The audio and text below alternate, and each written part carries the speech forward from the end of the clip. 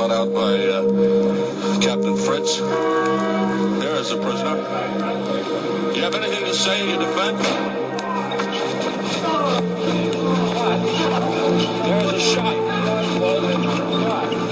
Oswald has been shot. Hey, Gary here. Welcome to BookMob episode 78. Now, today I'm going to be talking about Norman Mailer's Oswald's Tale.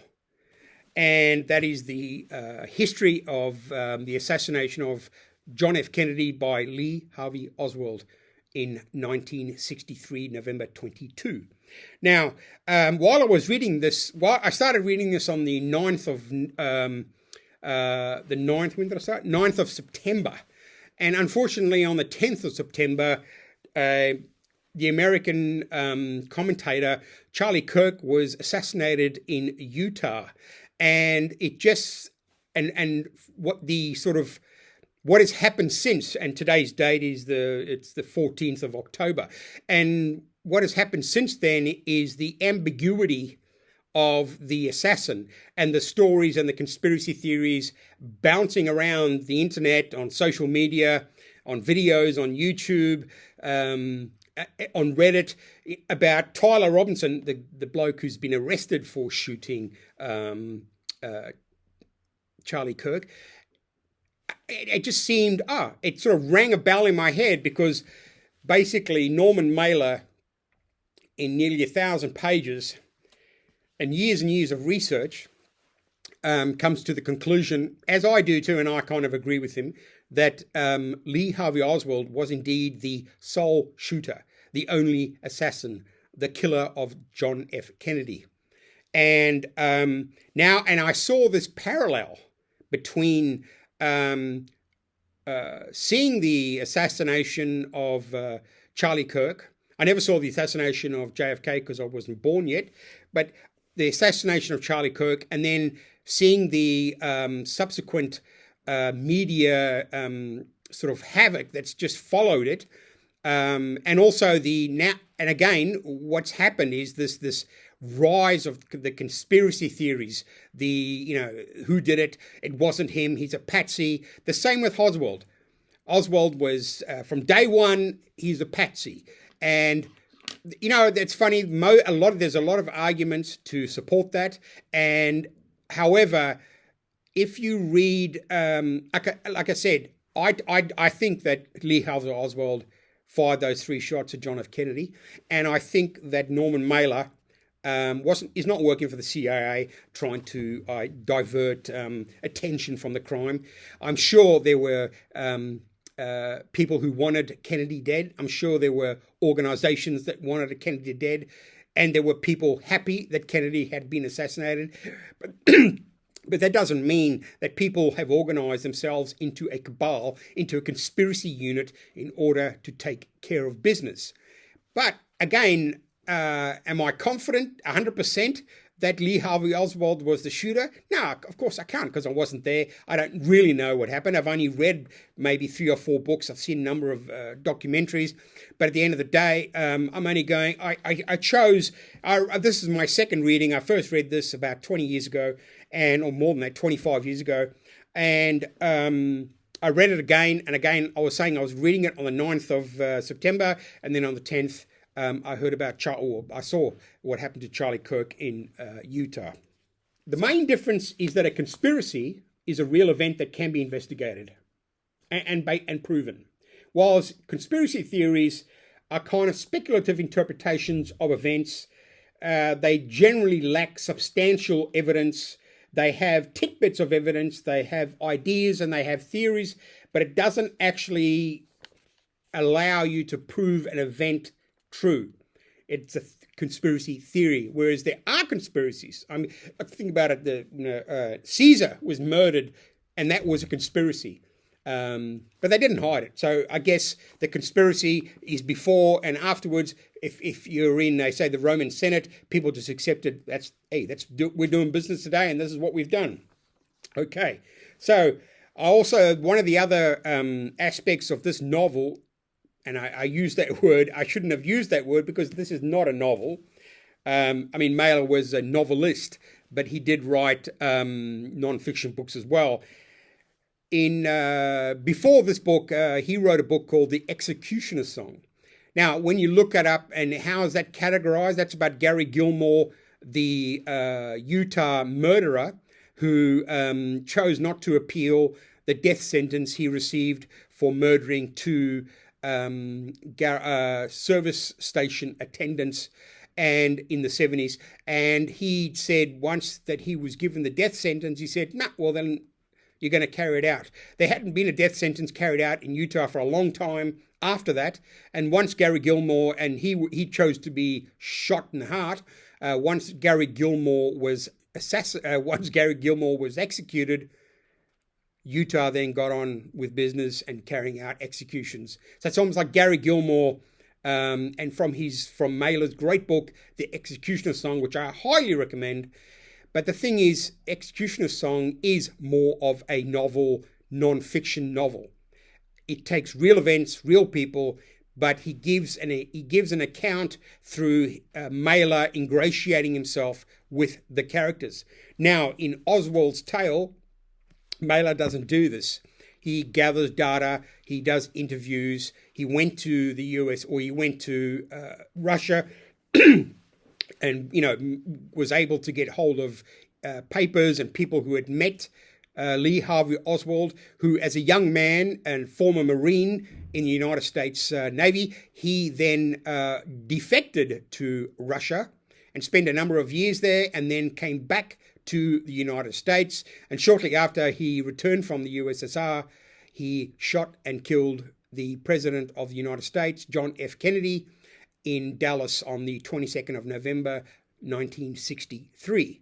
And subsequently, Lee Harvey Oswald was also killed or shot dead by Jack Ruby. Yes, he was killed by Jack Ruby. And so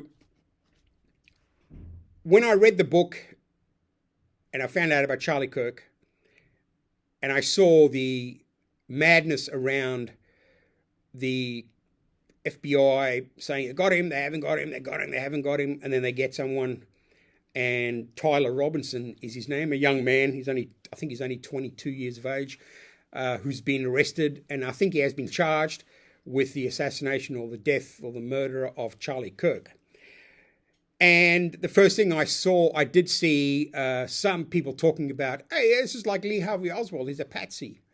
The conspiracy theorist has blown up, and it's still going now. If you look on X, you look on YouTube, you look on Reddit, social media, there's this huge conspiracy theory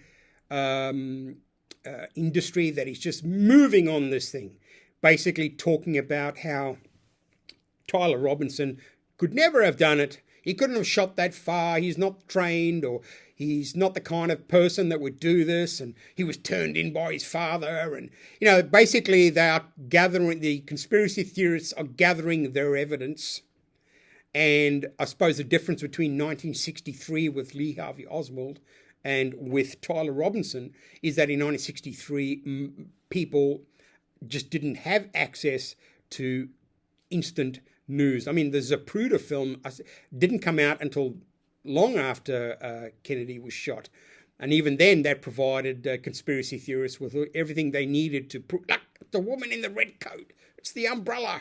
You can see the flash on the grassy knoll. So conspiracy theories are not based on fantasy. I think they're based on limited evidence that snowballs into a supposition. It doesn't actually ever get to the crux of the matter. And people get so upset when you say, oh, there wasn't a conspiracy. It's a conspiracy theorist. But at the end of the day, you make your own mind up. I mean, the Warren Commission, as Norm Mailer talks about in here, the Warren Commission is the Warren. It's like any government commission that gets together.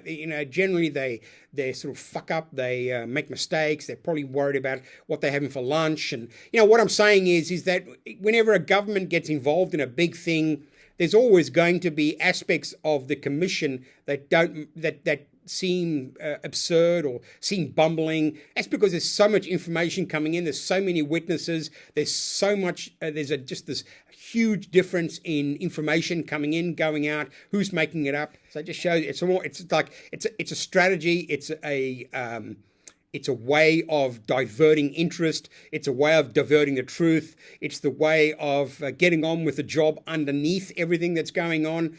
Like the whole bullshit with UFOs. Have you noticed every time there's some drama in the world, UFOs are coming, there's one coming, and the thing is, people just feed on that shit. And I guess maybe at the end of the day, we don't think that people are as organized. Maybe people en masse aren't as organized as we think they are, and that conspiracies are generally things that happen every single day, whether it be in banking, whether it be in a family business, people getting together, talking about how they're going to fire someone, how they're going to change this. So conspiracies are part of the human condition. But when it comes to, say, the murder of JFK or Charlie Kirk, it just seems that people just won't accept the government's intervention, any government's intervention in finding out what is the truth. Because no one trusts the government. Well, not everyone. No one. It's not that anyone doesn't trust the government. It's just that fancy stories about conspiracies are easily fostered, and you can sort of make sure that a story gets more and more important just by simply saying something about it. And once you start saying something about it that isn't true, people just believe it. So at the end of the day, great book. It does a deep dive into Lee Harvey Oswald's life, his married life, his love life, his political life, his kind of sad life. He did abuse his wife physically and mentally, and I just think that he was someone who was so desperate for fame and notoriety that knowing that JFK was going to be in his city in Dallas, Texas, passing by the building that he worked in, it's a conspiracy in a sense of circumstances that brought him to this point in history. And don't forget, Lee Harvey Oswald always felt that he was a man of destiny. He had this complete belief that he was going to do something great. And I think there are millions of people like that. But you think about it, if you believe that the world is turned on your thoughts, and that's what Oswald believed. He believed that the world was going to turn on his ideas and his concepts. And the fact that, when he realized that the President of the United States, the most powerful man in the world in 1963, was going to be driving past his place of work, to him it was divine intervention. This is the sign. This is the message. And if you are of a temperament that you've been building up for years, his whole life he was talking about it. And again, you've got to read about Lee Harvey Oswald to get that picture of him. He wasn't a patsy. He was someone who was determined. I mean, he went to Russia to live as a Russian. He learned Russian badly, but he learned Russian. He married a Russian woman. He came back to the United States. He was someone who was trying to do something with his life. He'd love to have been a political commentator at, one of the major TV series. He'd really tried to be a political commentator. He changed his mind on subjects at the drop of a hat. If it got him media attention, he would say anything. Now, that's the kind of man he was. He was looking for attention in order to tell everyone how great he was. So when this event came to him, suddenly John F. Kennedy is going to be driving past. He is going to take his place in history. And look what happened. He did. He has got a place in history. He got everything he wanted out of life. Everything he wanted out of life. Now, when you think of Lee Harvey Oswald and you think of, they always talk about, Lee Harvey Oswald fired 3 bullets. The first bullet missed, went over the top of the limousine, and they say smashed into the sidewalk and disintegrated. The second bullet hit JFK in the neck, and the third bullet smashed into his skull and killed him. Now, if I don't know if you know, there's a podcaster called Andy Stumpf. He has a podcast called Cleared Hot Podcast. And he was talking about the Charlie Kirk assassination. Andy Stumpf is a former SEAL. He's very popular on YouTube, and he has a very popular podcast. Now, he was talking about the conspiracy theories already up and coming about Tyler Robinson and the assassination of Charlie Kirk. And someone asked him, and he gave this on the 19th of September, 2025, on his episode. It was broadcast 19th of the 9th, 2025. Charlie Stumpf gave his own slight interpretation of what he thought happened. Now, he said, so it's starting at 19 minutes 28, if you want to check it out. He said, first of all, and this is a man who's been in combat. He was wounded and he was shot in the hip in Afghanistan or Iraq, one of the two. So this guy's not talking shit. He's been there. And he says, and things like he says, bullets do really weird stuff. He said, I've seen high-powered bullets deflected by twigs. It also depends on the angle. It depends on the distance. There are so many variables. Not every bullet flies the same way. Oswald's shot was from 265 feet away from Kennedy's head, and Tyler Robinson's shot was 426 feet away. So, almost double. Now, both of them, Oswald and Tyler Robinson, used bolt-action weapons. Tyler Robinson used a Mauser, which is a German weapon, and I think Oswald used a Caracola, I think it's called, which is an Italian weapon. Both of them are used in hunting for high velocity from distance. So both are perfect weapons for assassination. Now, when you have a bolt action, I was in the military. I learned to shoot the SLR, which is a 7.62. It's a very heavy weapon, and it's a very cumbersome weapon, but it's a very powerful weapon. And I'd never shot weapons before I joined the military, and I became I wasn't a marksman, but I certainly passed all my infantry firing tests, and I got the groupings and I got the distances that were required. So what I'm saying is that if you're a hunter and if you have a history of hunting or a pastime, or as Oswald was a Marine, the idea that these are impossible shots from what I've read is that they're not entirely impossible. They're always possible. Anything's possible. So Tyler Robinson, he shot from 426, and he was on the roof looking straight down to, just similar to Oswald, who was elevated high, looking down, and, hence his first shot. Don't think about when the first shot comes, it's going to go over. So he was overcompensating. So, and the second shot, these shots, again, weren't pinpoint. And when a bolt action is, you fire, you've got to then open the bolt and pull it back, and it throws out the shell, and then you've got to push the next round in. So you can do that you can do that very, very quickly. You don't need that much time to change rounds. I think most bolt actions probably carry 4 to 5 rounds, which you generally push in through the top. You can get I think they are it's not a magazine. It's kind of like an internal magazine. You get the bullets rode up, and you push them into the firing, or you put them into the breech like this. And then as you fire, you take them out, and the bullets fly out.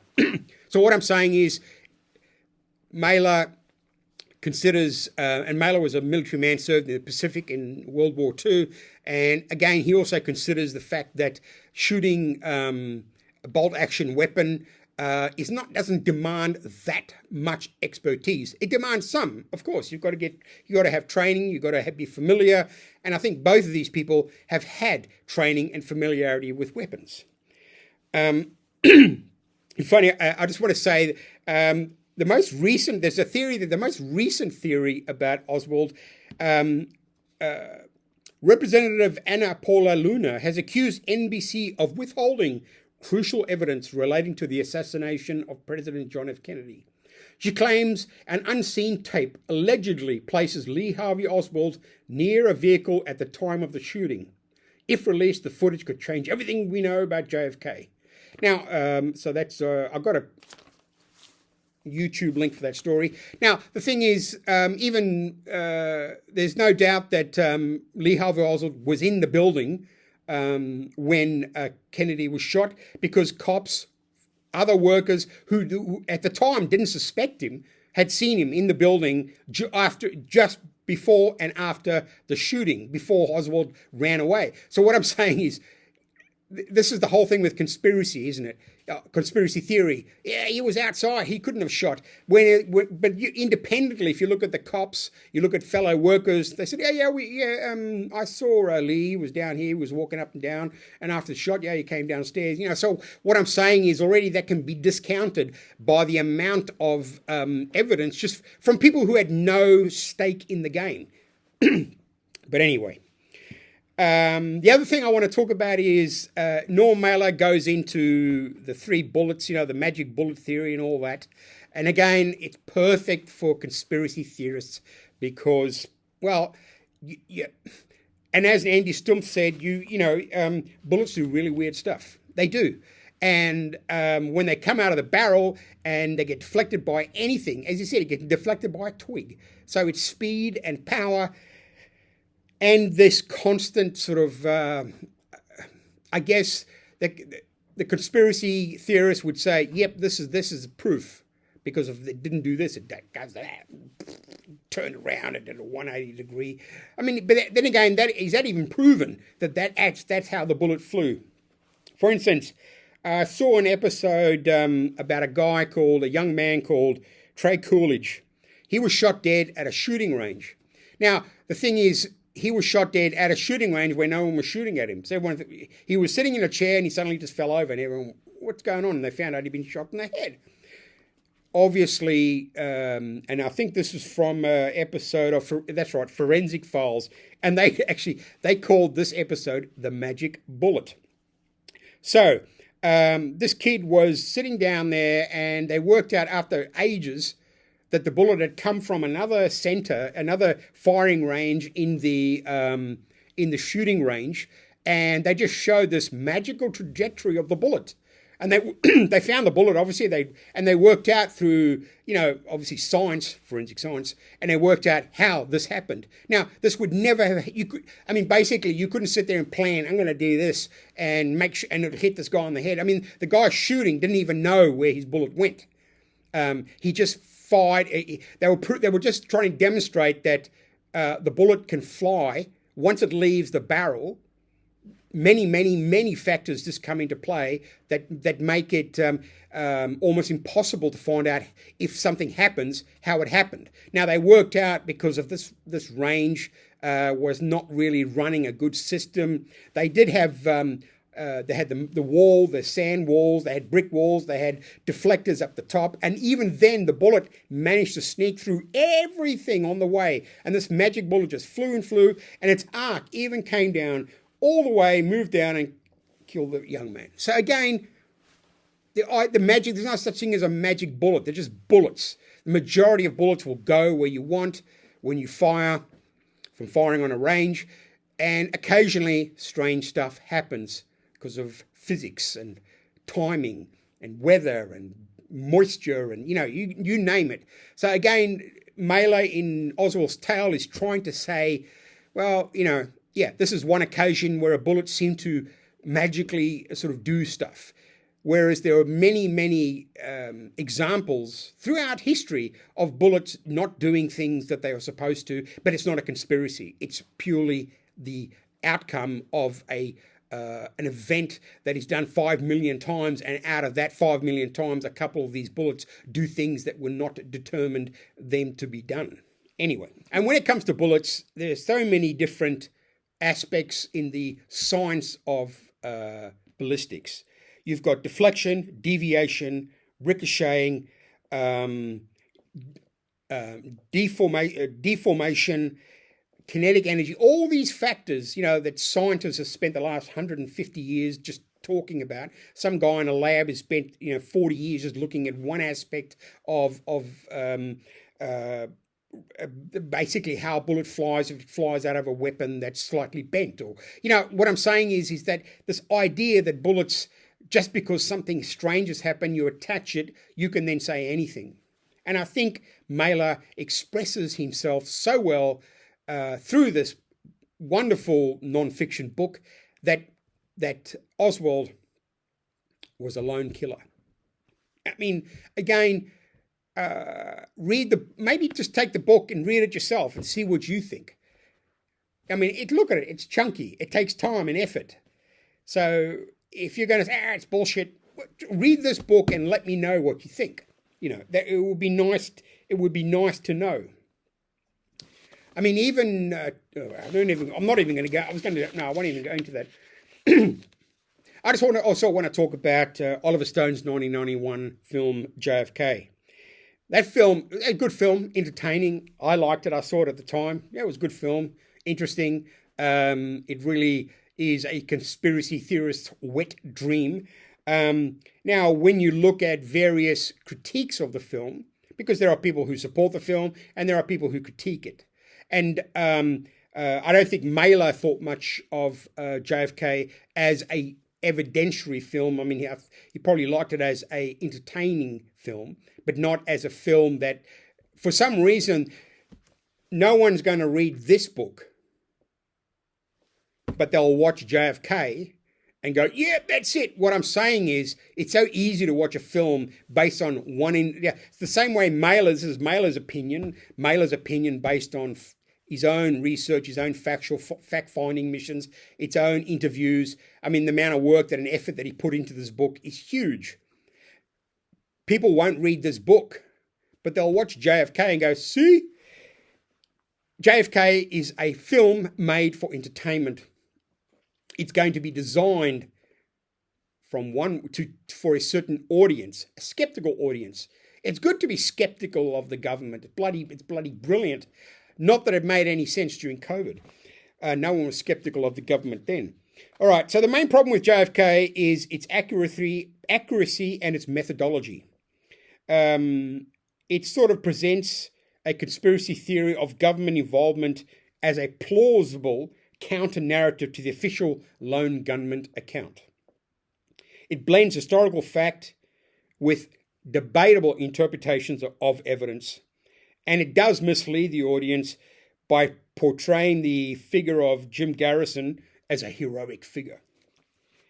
Critics accuse Stone of distorting events to fit his narrative, and I think that's true. I mean, there's nothing wrong with that. It is a film if it was a film for entertainment, no one would give a shit. He misrepresented evidence. He confused the fictional film with a documentary. I mean, even the way he did the film, if you look at it, it's the color changing and all that. He is trying to create a documentary style fiction film. I mean, he's not doing what Mailer did. He's doing the opposite, And I suppose at the end of the day, the film has, as the critics say, the film has artistic and technical merits that make it a successful, entertaining film, but it is not a documentary. Critics have argued that the film misinterprets evidence and manipulates historical events, particularly focusing on Jim Garrison's story. Stone intentionally presented his film as counter-myth. For you BA in English out there, that's a good thing to use. To the Warren Commission's official account. Rather than a strict documentary, but its presentation conflated these two things, and I think he did that deliberately.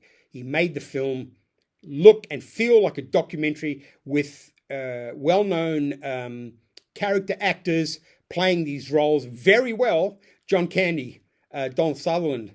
Who's the bloke who played Garrison? Was that I can't remember. Anyway, what I'm saying is he sort of, the look of the film is documentary style, but he uses Hollywood talent to tell that story in a documentary fashion when it's just a fictional film. It's a movie. But no, don't tell that to anyone. It even says the film used real news footage and recreated scenes. and blended it together. So it makes it difficult for the layman audience to actually know, oh, this is just made up documentary footage. This is real footage. This is made up footage. But they don't know that. And I think that is, again, that was on purpose. That was his vision. He wanted to create a documentary style fictional narrative that made people think, oh, this is basically all factual media. So anyway, if I asked, I try to find out how many books have been written about the JFK assassination. And there's no definitive number because there's so bloody many. There's a lot of films, obviously. There's a lot of movies. But a lot of these films, again, take the conspiracy motif to, rather than supporting any fact that the facts that support Lee Harvey Oswald as being a lone shooter, many of the documentaries, many of the films, I think there's more entertainment, in my opinion, in the conspiracy, because it does involve a lot of hoo-ha experiences. But I think you can make a fine film of someone who takes Lee Harvey Oswald and demonstrates him as a fractured character who was desperate. Again, if you read the books, if you read about him, he was desperate for fame, attention, acceptance. And everything he did was motivated by trying to be known for something. Anyway, that's just, again. Apparently, there's been estimated between 1,000 and 2,000 books. And 95% of those books are pro-conspiracy and anti-Warren Commission. So, who knows? So there's a lot. Imagine reading 2,000 books. No wonder people are going to go, yeah, it's a conspiracy. When you look at all this from Mailer's book, in summary, Lee Harvey Oswald